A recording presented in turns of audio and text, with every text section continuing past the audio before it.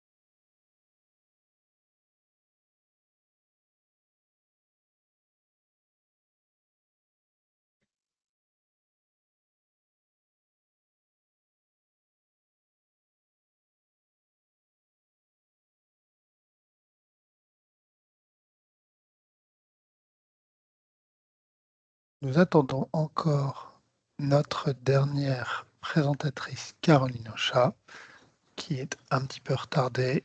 Je pense que dans 1 à 2 minutes, nous démarrerons et nous la laisserons nous rejoindre très rapidement.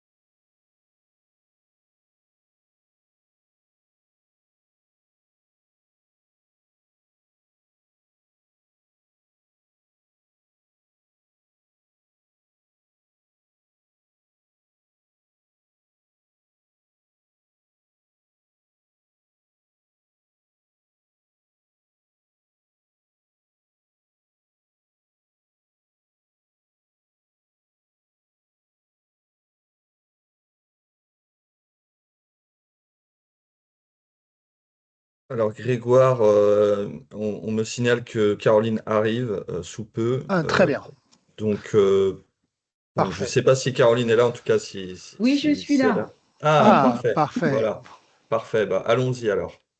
Démarrons à ce moment-là. Hop, je te laisse Alors, y aller. voilà. Donc, on va commencer cette session. Merci à toutes et tous d'être présents. Comme le disait Grégoire, l'idée est d'échanger autour de cette thématique sur le reporting qui, bien sûr, a pour objectif de devenir de plus en plus prédictif, hein, de faire parler les données. d'elle-même. Et donc, pour commencer, on va bien sûr se présenter. Je vais laisser Caroline, bien sûr, débuter. Donc oui, enchantée, Caroline Auchat. Donc je fais partie du groupe Vive 3 Bourgogne et ce depuis un an. Voilà, je suis la responsable du contrôle de gestion du périmètre Bourgogne. Ben, je vais continuer. Donc, moi, je suis Grégoire Hayes. Je suis contrôleur de gestion senior chez Capgemini. Je suis président du groupe contrôle de gestion au sein de la FCG, dont je vous parlerai un petit peu plus dans quelques minutes. Et enfin, donc Yann Perret, moi je suis chez Talentia depuis un peu plus d'un an et demi, avant-vente depuis de nombreuses années, et donc je suis là pour bien sûr répondre aux besoins de nos clients prospects, d'analyser les processus métiers et de proposer bien sûr les solutions adaptées pour simplifier et optimiser vos processus de pilotage de la performance. Donc, je vais commencer par vous faire une petite présentation très rapide de la DFCG, puisque ce webinaire est animé conjointement avec Talentia et la DFCG. Donc, la DFCG est un réseau de financiers d'entreprise qui contient 3800 adhérents dans 17 régions, donc présents sur toute la France et également à l'outre-mer, qui est le premier réseau des financiers d'entreprise et permet effectivement d'avoir accès à une influence également auprès dans le débat public, conjointement avec des instances comme le MEDEF directement, qui contient énormément de publications, d'échanges, un espace emploi, de la formation, donc une offre très variée. Donc on vous invite à nous rejoindre si vous n'êtes pas déjà membre de la DFCG. Plus spécifiquement, le groupe contrôle de gestion que j'ai le plaisir et l'honneur d'animer se réunit autour de la problématique du contrôle de gestion, réalise des publications, des webinaires comme celui d'aujourd'hui, mais sur beaucoup d'autres thèmes et en particulier des échanges entre pairs pour les membres de la DFCG et un grand rendez-vous annuel auquel je vous invite à nous rejoindre, que vous soyez membre ou non, les rencontres du contrôle de gestion qui se passera jeudi du jour prochain, avec des remises de prix, des tables rondes, des échanges et des ateliers un petit peu plus directs. Voilà un petit peu pour vous parler plus en détail. Voilà, très rapidement, et une petite slide qui contient le QR code qui vous permet d'avoir des informations ou adhérer à la DFCG. Je prends voilà, les 30 secondes nécessaires pour que les personnes intéressées puissent le flasher sur leur téléphone. Et puis nous allons pouvoir passer au cœur du sujet. Merci Grégoire. Allons-y, Yann. Ouais, Donc, je te laisse. on va commencer tout d'abord par vous demander, Caroline, de nous présenter Vive 3 et son contexte. Puis après, on parlera d'Adia. Donc Vive 3, donc c'est un groupe qui est situé en Bourgogne. C'est avant tout une union mutualiste avec un enjeu sanitaire, social et médico-social important au sein de la région. Donc, on a plusieurs périmètres, notamment un secteur petite enfance et services familiaux, donc des crèches, par exemple, des accompagnements au niveau des handicaps, que ce soit des foyers d'hébergement, protection des majeurs, des accueils de jour. On a aussi une filière basée sur les soins à domicile et en établissement. On a des magasins optiques audio et des centres dentaires. Et on a aussi un périmètre d'accompagnement des personnes âgées, donc notamment des EHPAD et ce qu'on appelle des villages bleus, donc des logements pour des personnes âgées. Donc les valeurs du groupe, c'est tout d'abord la non-lucrativité, la solidarité, l'utilité sociale et la démocratie. Donc pour avoir une idée un petit peu de, de la taille de l'entreprise, on est environ 4300 collaborateurs et toutes ces filières représentent environ 155 établissements et services, avec environ 30 entités juridiques et du coup une très très forte implantation au niveau du territoire de la Bourgogne. Merci beaucoup, Caroline. Merci. Yann, parle-nous un petit peu plus de Caroline. Talentia. Oui. Oui, pardon. J'étais en train de t'appeler, je suis avec Stéphanie, mais tu dois pas nous parler à nous là. Alors, attendez Si, si, 2 si, si. minutes. Alors, il y a ouais, un C'est petit... bon. Je ne sais pas ce qui se passe. Ok, J'ai eu un appel d'une pas de collègue. souci, pas de souci. C'est le live. Donc, côté Talentia, donc Talentia, c'est un éditeur spécialisé dans les processus financiers et RH. Donc, notre objectif est bien sûr de répondre aux enjeux de transformation des directions financières et des directions des ressources humaines. On répond principalement, on est une ETI et on répond aux ETI. En tout cas, c'est notre cœur de cible. On a environ 2000 clients en Europe. On est principalement basé en Europe du Sud, même si on voit plusieurs petits points là sur la carte du monde. Donc, on a des activités assez variées, mais principalement trois marchés, en France, en Italie, en Suisse, et de plus en plus en Espagne. Donc, éditeur français, maison mère en France. On est 430 collaborateurs. On investit bien sûr beaucoup de nos revenus dans la R&D et dans l'innovation. On en reparlera au cours de ce webinaire, les sujets, entre autres, d'innovation. Et voilà, donc de manière assez succincte, comment présenter Talentia. Merci beaucoup, Yann. Je repasse la main à Caroline. Caroline, parlez-nous un petit peu des enjeux et contextes de Vive 3 qui nous conduiront un petit peu aux questions autour de l'EPM et de ses conséquences pour vous. Alors, donc comme je vous l'expliquais auparavant, donc c'est une organisation qui est assez complexe puisqu'elle a différentes filières de différents domaines, donc des activités sanitaires, médico-sociales et sociales, ce qui signifie que chaque établissement a bien leur spécificité et des contraintes réglementaires propres à la filière. Donc, ce qui signifie qu'on a des besoins de pilotage qui sont assez hétérogènes. À côté de ça, donc on fait partie d'un groupe, le groupe Vive, donc qui regroupe plusieurs unions du territoire de la France. Ce qui signifie qu'on doit également être amené à remonter des reportings réguliers au niveau du groupe. Nous avons aussi des contraintes au niveau de l'ARS, puisque nous sommes principalement financés par l'ARS ou par les comités départementaux, les communes, la CAF. On doit leur rendre des documents bien spécifiques, et ce, de manière régulière tout au long de l'année, avec leurs propres indicateurs et leurs propres maquettes. À côté de ça, nous devons voilà, rendre les comptes au niveau de la commission finance, pardon, ou de la direction générale. Ce qui se passe, c'est que, étant donné qu'on a différentes filières, chaque filière a ses propres outils. Donc, on a une multitude d'outils. Pour autant, il faut bien qu'un jour ou l'autre, qu'on remonte la donnée consolidée. Ce qui fait que c'est un processus qui est assez lourd et qui peut être très chronophage. Et à côté de ça, donc comme nous sommes une mutualité, c'est vrai qu'en termes de ressources, voilà, on est assez limité, hein. On doit respecter un budget en termes de frais de personnel. Donc voilà, on n'a pas forcément beaucoup de ressources pour ce genre de processus qui est très très lourd. Et voilà, ce qui se passe aussi aujourd'hui, c'est qu'il y a une restriction qui est très croissante au niveau des financeurs publics, donc un contexte budgétaire qui est contraint. On constate une exigence qui est de plus en plus importante pour justifier nos données. On a de plus en plus de contrôles.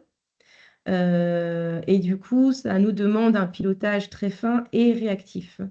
Et évidemment, c'est vrai qu'on est de plus en plus à la demande d'un suivi d'indicateurs financiers et d'activités beaucoup plus rigoureux qu'il y a quelques années, voilà, avec ces contraintes budgétaires qui sont de plus en plus importantes.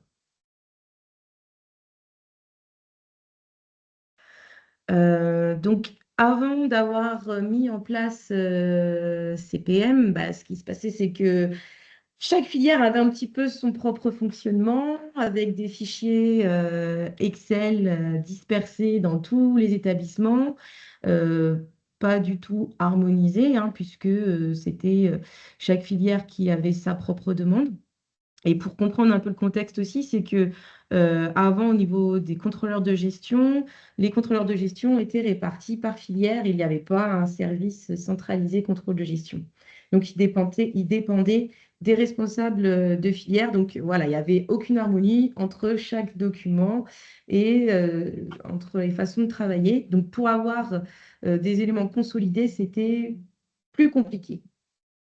Donc, ce qui nous demandait également des extractions, des retraitements assez importants et une consolidation manuelle avec des risques d'erreur puisque chacun avait sa façon de travailler. Voilà, c'était vraiment difficile. Et à côté de ça, bah, depuis que nous sommes rattachés au groupe Vive, ils nous demandent des documents bien spécifiques et justement consolidés, ce qui demandait voilà, vraiment un travail assez important puisque c'était que du Excel et ce qui était très très lourd. Et il en est de même pour l'ARS ou le conseil départemental, où là on devait donner des documents et faire de la saisie manuelle clairement sur Excel, voilà, avec beaucoup de contraintes et beaucoup de temps. Donc les limites, bah, c'est que c'était des tâches qui étaient chronophages, qui demandaient de retraiter de la donnée. On avait très peu de visibilité au niveau des indicateurs, puisqu'au final, on traitait cette partie-là qu'une fois qu'on nous demandait de rendre les documents. Donc, souvent, on regardait les chiffres au moment de rendre les documents et on pouvait avoir des surprises. Évidemment, un très gros risque d'erreur et des données dispersées et pas du tout harmonisées. Merci beaucoup, Caroline. Un environnement un petit peu compliqué, comme on l'a pour beaucoup connu dans notre carrière, en l'absence d'outils bien unifiés. Justement, Yann, que peux-tu nous dire un petit peu sur Talentia CPM de manière plus générale et les solutions qu'il apporte à ces problématiques qu'on connaît pour beaucoup dans nos métiers, hein. Ouais, tout à fait. Alors, Talentia CPM, donc ça fait partie d'une des réponses à apporter, bien sûr, aux enjeux des directions financières. Donc, c'est une plateforme d'optimisation des processus de reporting group et de pilotage, j'ai envie de dire. Le cœur de cette solution, enfin, le socle originel était la partie réglementaire avec la consolidation. Donc, était une solution très structurée autour de ces enjeux-là. Et derrière, on a fait évoluer cette solution vers les enjeux justement du contrôle de gestion, ce qu'on appelle les processus XP&A, avec ces notions d'indicateurs financiers, extra-financiers, pour mieux piloter l'activité de l'entreprise, et donc pas seulement sur ces indicateurs financiers, à travers donc des reporting personnalisés, du budget, et avec des niveaux de granularité plus ou moins fins. Et également, aujourd'hui, on est en capacité de proposer des processus de reporting donc extra-financiers avec de la donnée narrative à travers, bien sûr, la réglementation liée au RSE et à l'ESG. Donc, on est vraiment une plateforme qui couvre l'ensemble de ces processus, de ces problématiques liées à la performance de l'entreprise. Donc, solution SaaS sous Microsoft Azure, comme on le voit également sur ce slide. Et donc, plus concrètement sur le process finalement de la solution Talentia CPM, bien sûr, on va avoir une partie de collecte de la donnée. Et comme le disait Caroline, un gros enjeu, c'est de pouvoir collecter de la donnée hétérogène, à la fois financière, à la fois RH, à la fois métier, vente, par exemple, sous différents formats. Donc, on a cette plateforme vraiment d'intégration qui permet derrière d'homogénéiser toute cette donnée dans une base de données structurée, sécurisée, bien sûr avec de la donnée fiable et pertinente, et de pouvoir générer des reportings avec les différents KPI, bien sûr liés au secteur d'activité de l'entreprise, mais également de modéliser de la donnée. Donc là, on en vient bien sûr à cette notion de prédictif et de faire parler la donnée. Donc on n'est pas simplement une solution de restitution, mais bien sûr une solution d'activation de la donnée, de modélisation de la donnée, On en parlera un peu plus tard également. Et tout ceci dans un environnement collaboratif, ce qui est logique puisque pour avoir de la donnée aussi plus pertinente au niveau opérationnel et économique, eh bien, il faut avoir des processus bottom-up pour être au plus près du terrain et donc avoir de la donnée vraiment pertinente. Et donc, bien entendu, en sortie, on va avoir dans la restitution la possibilité de restituer cette information sous différents formats. Alors, on a une forte intégration avec les outils Office. Donc, on utilise cet outil familier que vous connaissez tous, qui est Excel, pour plugger tout le modèle de données de Talentia CPM de manière, bien sûr, totalement sécurisée, fiable. Et donc, voilà, donc Excel reste une interface connectés à notre solution comme Word ou PowerPoint. Et on a également des outils de BI et la possibilité aussi d'extraire de la donnée vers d'autres outils. Et on en parlera également un peu plus tard avec un exemple très concret. Voilà pour ce petit résumé. Et donc concrètement, donc, chez Viv3, je te laisse prendre la suite, Grégoire, sur peut-être Non, merci Yann solution. de nous avoir présenté un petit peu le générique. Merci de nous avoir dit que ça marchait encore avec Excel. Parce que moi, en tant que contrôleur de gestion, j'ai failli avoir un petit arrêt cardiaque, mais c'est bon, tu as dit le mot magique. Plus sérieusement, effectivement, ça fait quand même partie encore des intégrations qui sont, je pense, très importantes pour nous. Et donc, effectivement, si on se pose la question un petit peu plus concrètement, de dire quel a été le contexte de la mise en place chez Viv3, pourquoi, comment, quels apports ça a fait pour vous, Caroline, voilà, ce qui nous intéresse, et je pense que ça intéresse beaucoup de monde, c'est de comprendre un petit peu comment ça se passe, comment ça s'est passé, comment ça se passe aujourd'hui avec la solution. Donc, faisant partie d'un groupe, c'est vrai qu'on a dû changer plusieurs fois d'outils, et ce qui a été le cas notamment de changement d'outils comptables, puisque nous sommes passés sous Sage FRP 1000, je ne sais plus quand exactement, ça doit faire un peu plus d'un an. Et de ce fait, donc on avait déjà une base de données CPM, mais sous l'ancien outil comptable. Donc, quand je suis arrivée, j'ai eu cette jolie expérience, puisque du coup, on a dû tout réintégrer dans la nouvelle base CPM. Et ça s'est plutôt bien passé, puisque ça répondait à nos changements, hein. On a tout restructuré, la partie analytique. Donc, ça s'est fait facilement et assez rapidement. Donc, ça a été une bonne chose, puisqu'on a pu créer des nouvelles dimensions. On a vraiment toute la possibilité dans CPM. Donc voilà, ça n'a pas été vraiment une grosse difficulté pour nous en ayant changé de logiciel, ce qui a été plutôt rassurant.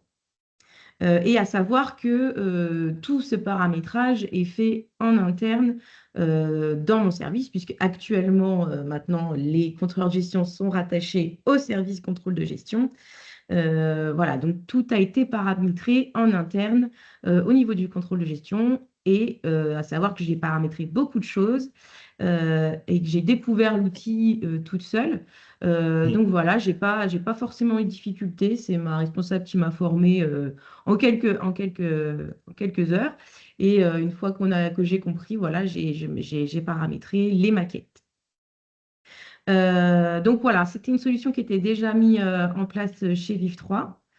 Voilà, l'idée c'est de pouvoir d'avoir la capacité d'élargir le périmètre assez rapidement. Et comme je vous l'ai dit, c'est une solution qui est agile et évolutive, et qu'on a cet avantage de pouvoir créer des états comme on le souhaite, avec notre propre vision. Voilà, moi j'ai plein d'idées qui fusent tous les jours, je travaille sur CPM tous les jours, donc je sais que derrière ça va pouvoir m'apporter beaucoup de choses. Donc, on utilise notamment actuellement CPM pour des reportings externes réglementaires, donc notamment les rendus auprès de l'ARS, auprès des comités départementaux, des communes et de la CAF. Donc ça, c'est des produits, des reportings qui sont officiels, hein, qui sont demandés par les financeurs. Donc nous, on récupère les maquettes des financeurs qu'on intègre dans CPM et qu'on paramètre. Donc à savoir que c'est principalement des données comptables, mais également donc, des comptes de résultats et des bilans, et qu'on doit également remonter des indicateurs d'activité et RH. Donc ce qui veut dire multisource. À la fois de la donnée qui vient de la compta, donc notre outil Sage, à la fois de la donnée qui vient de notre outil Paye, et à la fois des données qui viennent des différents outils métiers. Donc, chaque métier a son outil en termes d'activité. Par contre, on a l'outil commun qui est Sage et Ashera pour la paye. Donc la méthode, elle est simple. Comme on peut importer les balances comptables au niveau de tout le groupe, donc on importe la balance. Ce qui est des données RH, c'est pareil, c'est un outil commun, donc on importe une seule fois la donnée RH. La seule particularité, c'est les données d'activité, où là, donc c'est ça, chaque gestionnaire qui importe la partie activité dans CPM, puisque les outils sont différents, ce qui demande plusieurs imports selon l'activité. Et une fois qu'on a fait ça, on a tout centralisé dans notre outil CPM. Donc, ce qui est avantageux, c'est que là, on a tout dans un outil, ce qui sécurise et formalise la donnée, et qu'on peut stocker de la donnée tous les mois, tous les ans. Voilà, ce qui nous permet aussi par la suite de faire des comparatifs. Et grâce à ça, on peut sortir nos documents officiels rapidement. Donc là, on ne va pas tarder à le faire notamment. Donc, on a tout intégré l'année dernière, hein, parce qu'on doit redonner le réel 2025. Et ben voilà, tout est dedans. On a juste actualisé et nos rapports sont déjà prêts. Donc, on utilise également CPM pour des reportings internes. Donc là, on est en train de mettre en place des tableaux de bord par filière, avec des KPI financiers qui sont communs à chaque filière, ce qui est notamment le cas du chiffre d'affaires. On intègre du réel, du N-1 et du budget. On a également toute la partie masse salariale et l'évolution des postes de frais généraux. Donc l'avantage, c'est que là, c'est pareil, hein, ça vient de Sage et Ashera, c'est un import et on a déjà tout. On a également des suivis extra-financiers. Donc, je vais prendre des exemples comme les EHPAD, donc des suivis de taux d'occupation. En ce qui concerne le domicile, ce sera plutôt des suivis d'heures facturées ou encore des nombres de journées réalisées. Donc, comme chaque filière a ses particularités, on a des indicateurs extra-financiers différents par filière. On peut également suivre nos ETP par emploi, des ratios de CDI, CDD, des taux d'absentéisme par type d'arrêt, etc. Donc, on fait ce qu'on veut, on crée, en intégrant nos données, on peut créer vraiment tous les tableaux de bord que l'on souhaite. Ouais, effectivement, je rebondis là-dessus, parce que c'est vrai que c'est l'essentiel du produit, hein, c'est de ne pas de pas se limiter, bien sûr, à du reporting formalisé, quelquefois financier, mais vraiment d'aller dans des niveaux de granularité plus fins, et entre autres en configurant aussi d'autres indicateurs type extra-financier, donc propres à l'activité là, de ce qu'on voit avec Viv3. Et donc, ça rejoint ce côté prédictif, parce que plus on a ces informations, on va dire, économiques et opérationnelles, plus aussi on peut réagir derrière dans les prises de décision. Et donc, quelques exemples de tableaux de bord, Caroline, je te laisse commenter aussi. Donc voilà, quand je suis arrivée, on n'avait pas encore de tableau de bord pour les filières et le directeur filière EHPAD était très demandeur. Donc voilà, on a réfléchi ensemble sur quel type d'indicateur, qu'est-ce qu'on pouvait remonter comme indicateur. Donc lui a fait sa demande, sa petite liste au Père Noël. Et de par sa demande, voilà, on a pu réaliser ce reporting. Donc avec, comme vous le voyez, des indicateurs financiers du chiffre d'affaires par section analytique, une section hébergement et une section dépendance, puisque le directeur d'EHPAD souhaitait avoir cette distinction. Donc ça a été possible à faire facilement. Un suivi des taux d'occupation au mois le mois. Un taux de réalisation du chiffre d'affaires par rapport au budget. On a également un suivi du nombre de journées réalisées.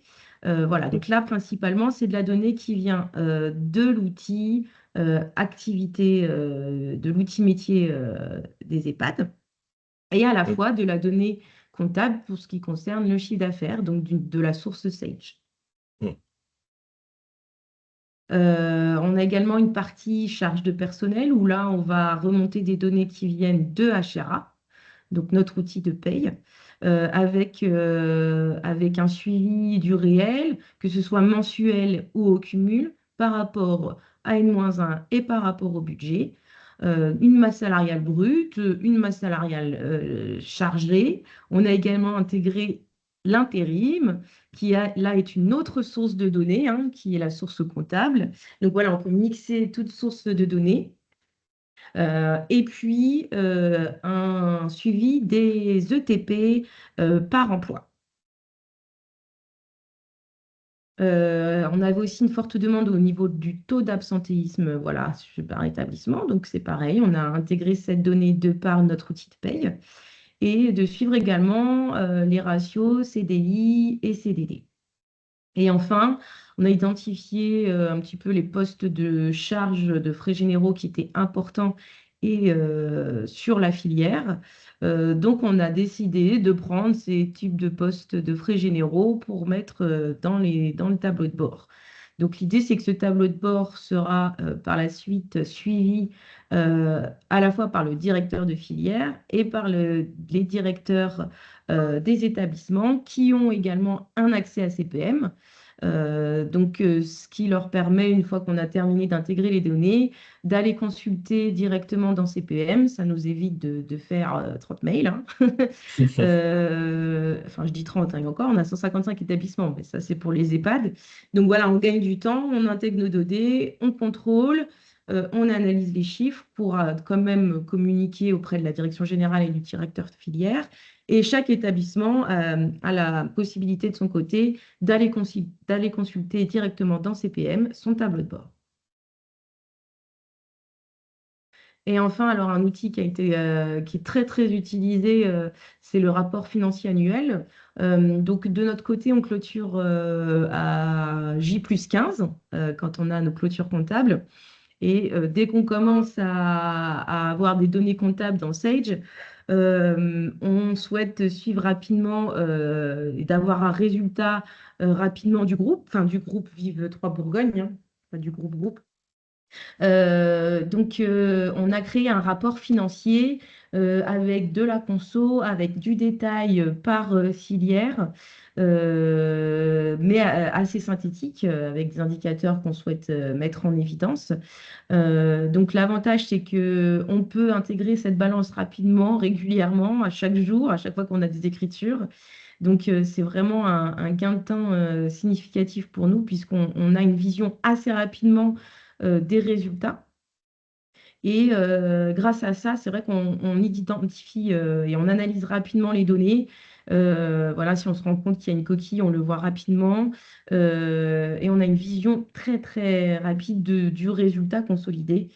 Et là, le directeur général est très satisfait puisque dès qu'il sait qu'il y a la clôture qui arrive, il nous demande régulièrement d'avoir ce rapport financier pour avoir la vision du résultat du groupe. Donc à J+15, tout est terminé. On anticipe avant, hein, on fait même des sorties du rapport avant la clôture définitive. Donc voilà, c'est un super rapport qui a beaucoup plu à la direction générale. Merci beaucoup, Caroline. Donc finalement, Yann, si tu devais un petit peu synthétiser les grands bénéfices de la solution telle qu'elle l'a apporté, dans l'état dans lequel elle est aujourd'hui, parce qu'on va parler des développements futurs après. Oui. Comment est-ce que tu ferais un petit peu cette synthèse?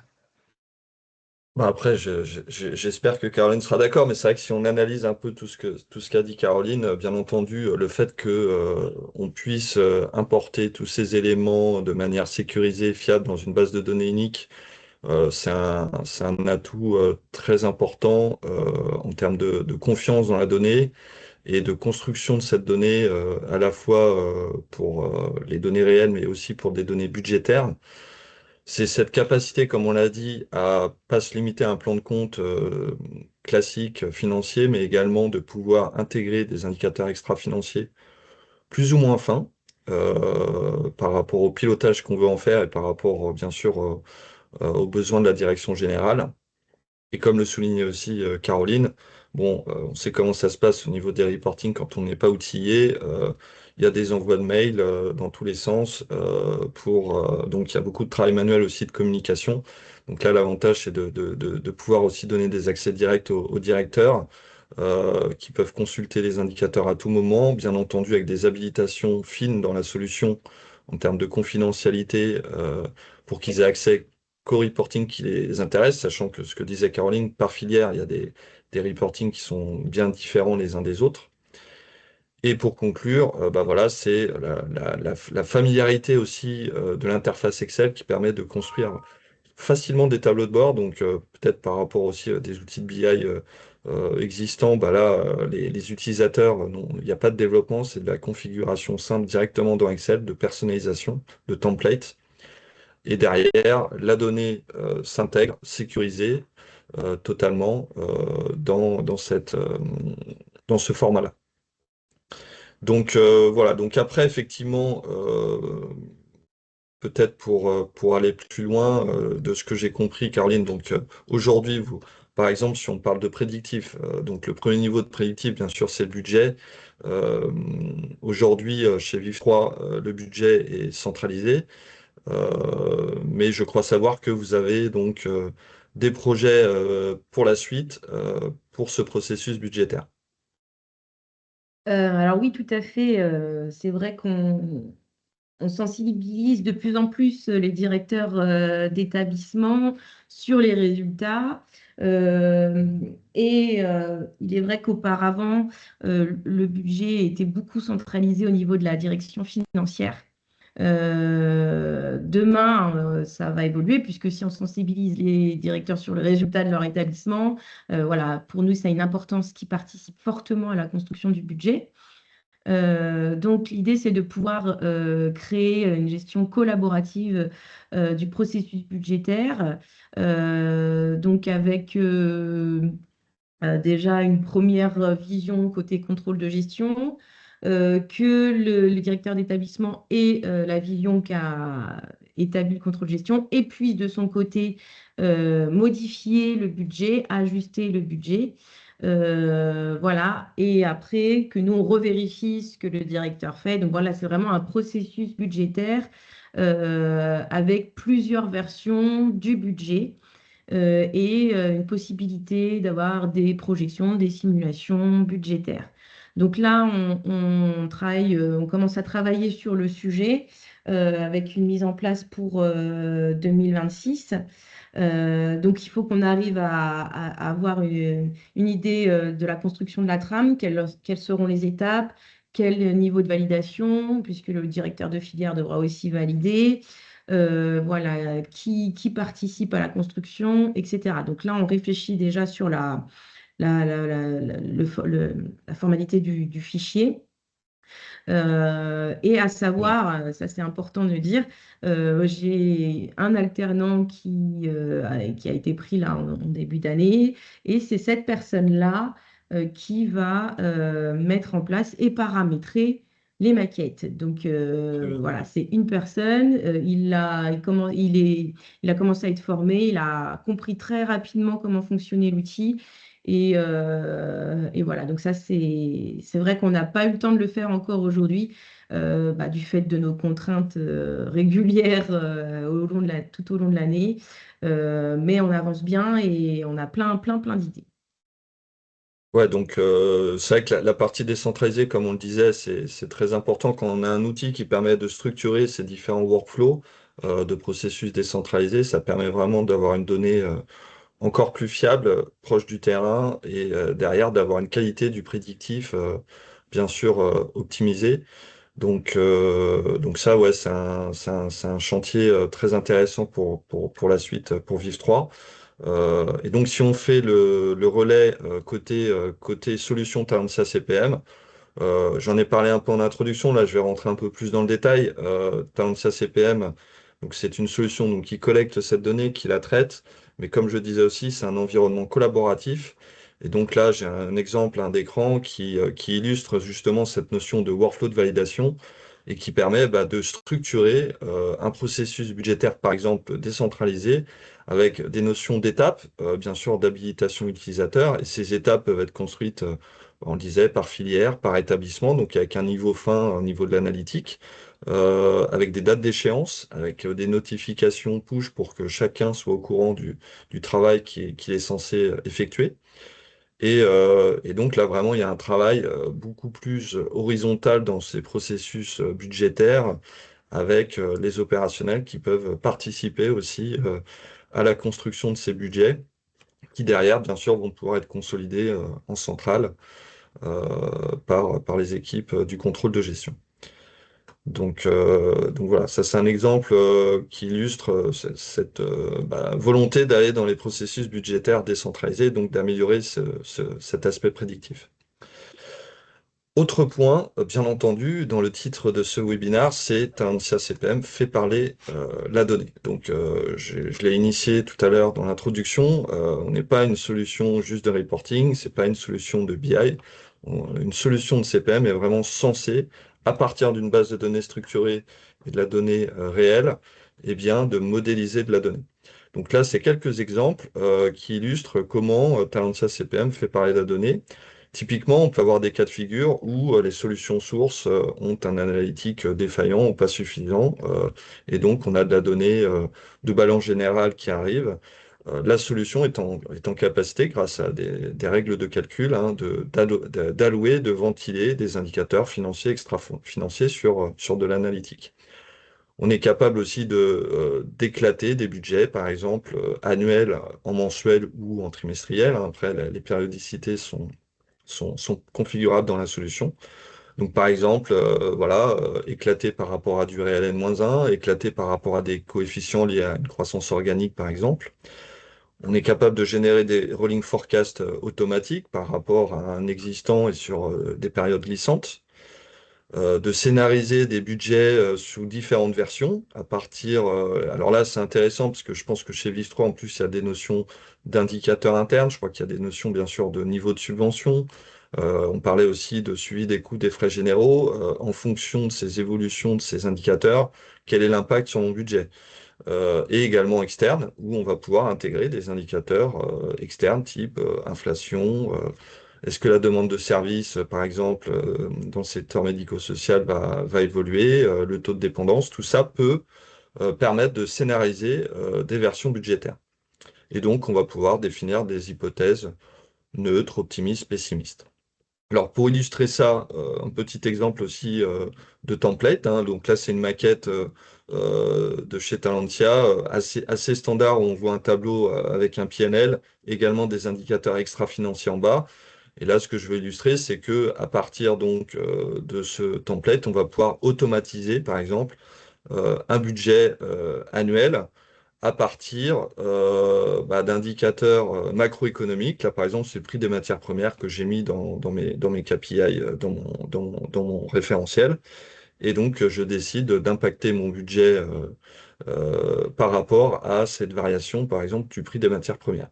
Ça pourrait bien sûr être tout autre indicateur. Et puis, je vais donc exécuter en automatique cette mensualisation. Et puis derrière, je peux également simuler, donc comme je disais, des hypothèses avec donc la capacité dans la solution de définir différents cycles de données, un budget V2, un budget V final ou tout autre versionning dans cette partie budget. Donc là, vraiment, on est dans faire parler la donnée, dans le prédictif, Un autre exemple, bah, c'est ce que je disais sur la partie allocation. Donc là, c'est une autre manière de modéliser la donnée aussi. Là, on voit, Caroline nous parlait de la gestion de la masse salariale. Chez Viv3, c'est un niveau de granularité un peu plus haut, parce que c'est au niveau des contrats, par exemple, et des grands postes de masse salariale. Là, par exemple, j'ai un niveau de granularité très fin où on peut piloter la masse salariale par matricule. J'ai voilà, des informations liées au salaire. Et derrière, je veux que CPM me permette de ventiler ce salaire mensuel par rapport à des centres de coûts. Donc ça, c'est pareil, j'ai un petit, le moyen, grâce à mes règles de calcul, de répartir mon salaire mensuel par rapport au centre de coûts et derrière de construire mon tableau de bord avec cette répartition. Donc voilà pour les exemples, on va dire, de modèles de calcul. Bien sûr, il y en a plein d'autres. On peut vraiment personnaliser totalement ces règles de calcul. Si maintenant on parle d'une autre manière de faire parler la donnée, bien sûr, l'idée c'est que l'humain, à travers ces outils de règles de calcul, puisse faire parler la donnée. Mais aujourd'hui, vous le savez tous, on a des assistants aujourd'hui qui peuvent nous détecter certaines informations que nous n'aurions pas vues, ou peut-être parce que par faute de temps, parce qu'on a beaucoup d'informations intégrées. Et donc l'IA générative aujourd'hui est un outil qui peut vraiment rendre service.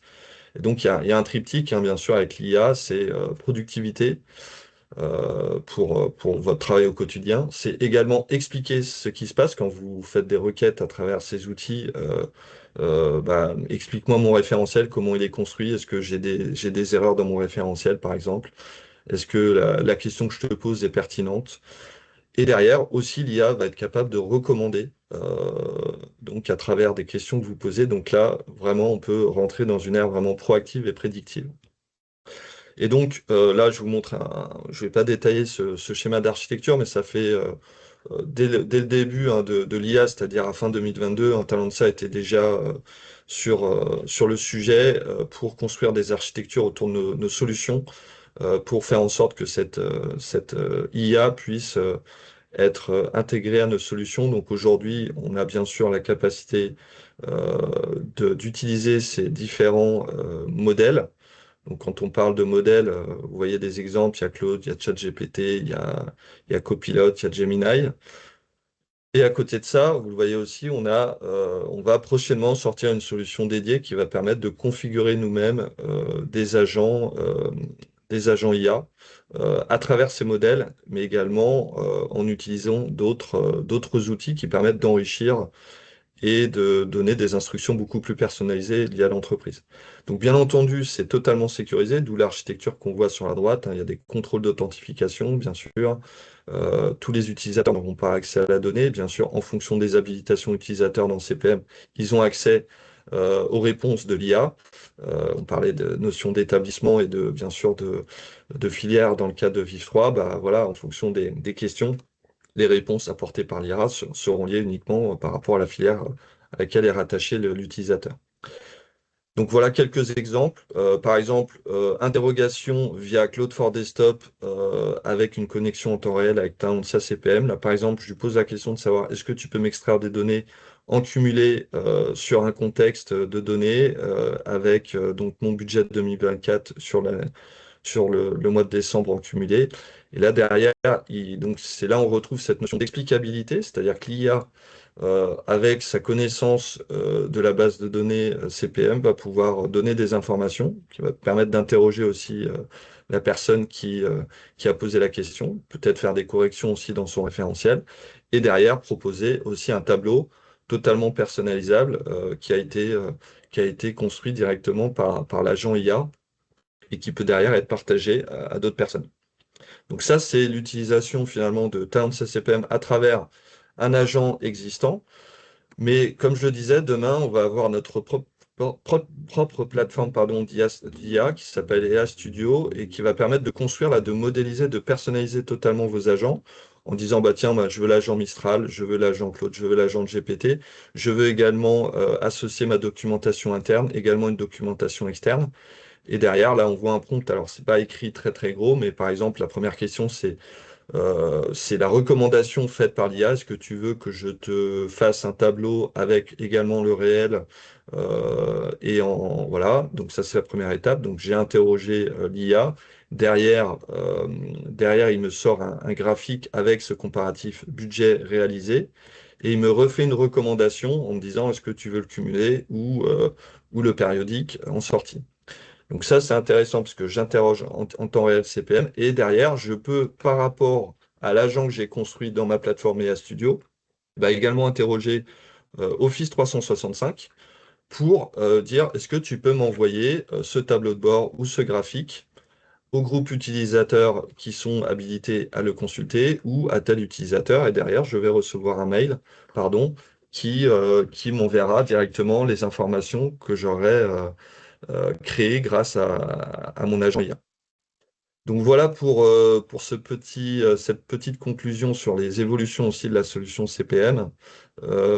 Et merci beaucoup à Caroline pour ce témoignage. Je laisse peut-être Grégoire prendre la main Ouais. pour la suite. Merci évidemment à vous deux pour ces présentations. Moi, je retiens quand même la phrase de Caroline en début de présentation qui a quand même dit, et je ne m'y attendais pas parce que ça n'avait pas fait partie de la préparation, on a quand même réformé tous nos systèmes comptables et ça ne m'a pas posé de problème.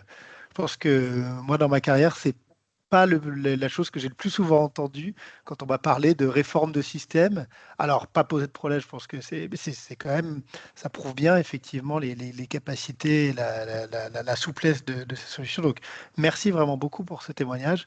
Et je propose qu'on ouvre un petit peu la discussion et les questions. Je vois qu'il y a déjà 2 questions qui ont été posées pour initier le débat, mais n'hésitez pas à en poser d'autres. Donc déjà, la première question, c'est où héberger la base de données cloud?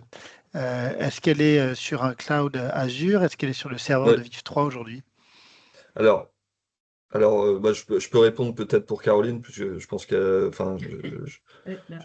l'hébergement effectivement est sous Azure, et donc c'est hébergé par les équipes Talentia. Sauf si la configuration de l'architecture Vive 3 n'est pas comme ça, mais aujourd'hui c'est de la manière dont on installe pour nos clients la base de données, c'est-à-dire elle est sécurisée sous notre data center Azure. Parfait. La deuxième question, qui est vraiment pour Caroline, est-ce que vous pouvez faire du pilotage opérationnel en temps réel? C'est-à-dire, est-ce que vous êtes capable, en dehors des clôtures comptables, de suivre la donnée pour regarder un petit peu l'évolution de votre activité? À quelle périodicité vous êtes capable d'aller interroger le système pour voir vos opérations évoluer? Bah, de toute façon, par exemple, on clôture globalement tous les trimestres, mais on a un suivi mensuel. Après, il n'y a pas de. En fait, c'est quand on veut, quoi. Avec les données qu'on peut extraire, il n'y a pas de... il y a pas de limite. On pourra intégrer la donnée d'activité régulièrement aussi. Voilà, ça peut être fait en temps réel. D'accord, donc même en dehors de vos clôtures formelles, finalement, vous êtes tout à fait capable, au mois le Oui, mois, d'importer les données et de regarder l'évolution sans faire une clôture. c'est ça, c'est ce qu'on fait aujourd'hui. Mm. Ah, mais donc en fait, c'est même ce que vous faites, pardon, Mm. au-delà Oui, même oui. d'être capable de le faire. Au niveau Donc, mensuel, on le fait, ouais, on n'attend pas la clôture pour le faire. Oui. d'accord, très bien. Alors, une question un petit peu plus technique, est-ce que la solution est compatible avec un Sage 50? Ça, c'est vraiment plus pour Yann. Avec un Sedge 50, c'est ça la question? Oui, tout à fait. Oui, alors en fait, on est complètement ad hoc au niveau de l'intégration des données. On a une plateforme en fait, un ETL hein, qui permet de s'adapter à tout type de format de données, que ça soit de la balance générale, de la balance AG, du fake, etc. Donc ça, c'est un premier point. On s'adapte au format en entrée et on s'adapte aussi au type d'intégration en fichier plat, en API, en connexion de base à base. Donc là-dessus, on n'a pas de limite grâce à notre connecteur justement qui permet derrière d'homogénéiser cette donnée dans CPM. Très bien. Bah, écoutez, s'il n'y a pas d'autres questions, je vais, je pense, clôturer pour aujourd'hui. Je vais vous remercier pour votre témoignage. Et puis, Ah, quand même, il y a quand même toujours une dernière question qui se rajoute. très bien. Euh, Alors, il y a une question sur la qualité de données. Je pense que c'est en plus une très bonne question, donc il ne faut surtout pas la manquer. Ouais. Quelle est la qualité de données en amont? Est-ce qu'il y a un nettoyage de la donnée qui est nécessaire en amont de la solution ou est-ce que c'est fait directement dans l'outil CPM? Et puis il y a une question, comment gérer le paramétrage, même si je sais que Caroline avait déjà un peu partiellement répondu à ça. Mais sur la qualité de données et la gestion de la propreté des données, peut-être Caroline, comment est-ce que vous fonctionnez aujourd'hui? Alors ça dépend, puisqu'il y a des tables de transformation donc, qui nous permet par exemple d'extraire directement la donnée et d'intégrer directement dans CPM sans retoucher notre tableau. Donc on extrait et on importe. Et pour d'autres, on retravaille. Alors ça, c'est parce qu'en interne, on n'a pas, il n'y a pas trop d'harmonisation entre les outils. On a des codes qui peuvent être différents d'un outil à un autre, donc on est obligé de faire des tables de correspondance. Voilà. Après, sur CPM, on peut faire beaucoup de choses. Moi, la table de transformation, je ne l'ai pas encore utilisée, mais enfin, créée, on va Oui. dire, mais on Alors, l'utilise en tout cas pour certains. D'accord, alors, donc c'est un petit peu des deux en fait dans votre cas Oui, d'application, c'est-à-dire il y a une c'est certaine ça. partie de données qui est proprement dans vos systèmes, mais il y a quand Ouais, même des données qui peuvent arriver dans des formats hétérogènes, un c'est peu ça. divergentes, et là c'est CPM qui vous permet de justement harmoniser, transformer correctement pour que les choses soient bien calées et cadrées dans votre outil consolidé. C'est et ça. puis, Ouais, et donc puis, et il y a puis cette surtout dans souplesse-là. CPM, il y a des contrôles de cohérence, bien entendu, une fois que le fichier est entré, des contrôles de cohérence en termes de structure, hein, de la donnée, la voie du format et du type de fichier. Donc il y a détection des erreurs, donc audit vraiment en entrée, et puis audit en sortie. Ça, on n'en a pas beaucoup parlé, parce que Caroline parlait aussi de la justification des données, mais quand on est sur des tableaux de bord consolidés, derrière, on va pouvoir aussi auditer de manière fine la donnée de ces tableaux de bord par rapport à la donnée d'origine, donc qui a été la source en amont. Mm.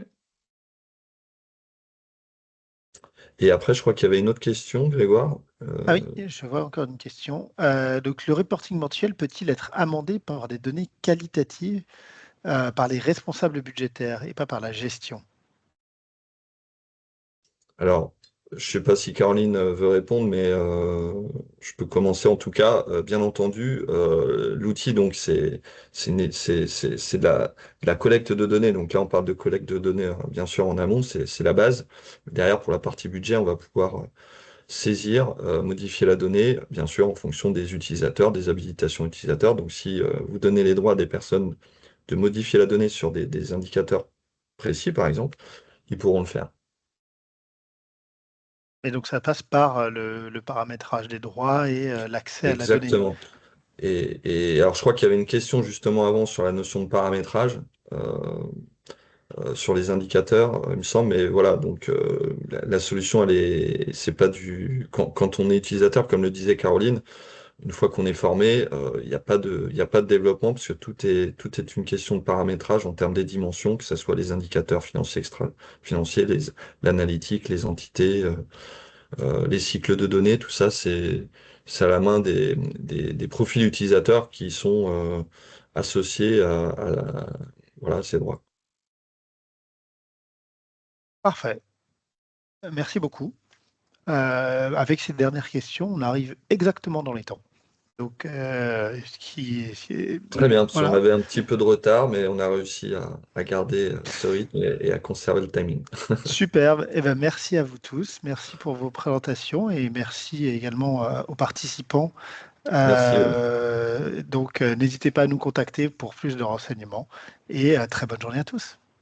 Merci à tous. Merci Caroline, merci Grégoire. À bientôt. Au Merci à revoir. vous. Bonne journée. Au revoir.